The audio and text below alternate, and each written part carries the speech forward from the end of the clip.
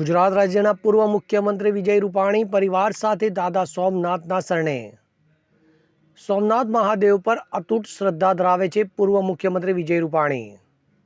વડાપ્રધાન નરેન્દ્ર મોદીના શાસન અને સોમનાથના કાર્યક્રમ પર બોલ્યા રૂપાણી.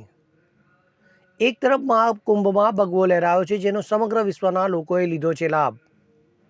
સ્થાનિક સ્વરાજ્યની ચૂંટણીઓમાં પણ ભાજપનો ભગવો લહેરાયો અને કોંગ્રેસની થઈ છે પીછેહટ. તો નીતિન ભારદ્વાજ, ઉદય શાહ પણ વિજય રૂપાણી સાથે જોડાયા. શિવરાત્રીનો પવિત્ર દિવસ છે આજે.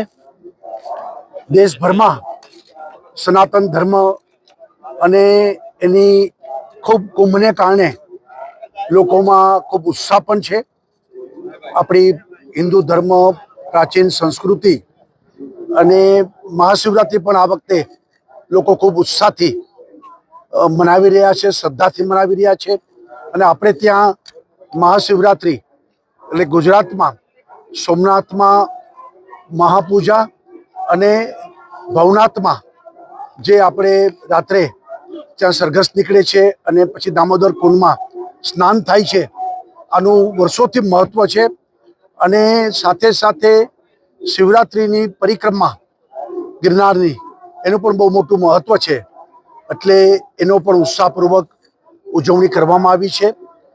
કુંભને કારણે વાતાવરણ ખૂબ બન્યું છે. એટલે આજે પણ ખૂબ ભાવિકો, શ્રદ્ધાળુઓ અહીંયા દર્શન કરવા આવ્યા છે. દર વખતે અમે લોકો પણ મહાશિવરાત્રિમાં ધજા ચડાવવા અને પૂજા કરવા માટે આવીએ છીએ. આજે ભગવાન શંકરની પૂજા કરીને, મહાદેવની પૂજા કરી અને બધાનું કલ્યાણ કરે અને ભારત વિકસિત રાષ્ટ્ર તરીકે આગળ વધે એવી પ્રાર્થના કરવાના છે. હવે જુઓ દેશ દુનિયાની તમામ ખબરો તમારી આંગળીના ટેરવે. ઉઠાવો મોબાઈલ અને ગૂગલ પ્લે સ્ટોર પરથી ડાઉનલોડ કરો અમારી CN24 ન્યૂઝ મોબાઈલ એપ.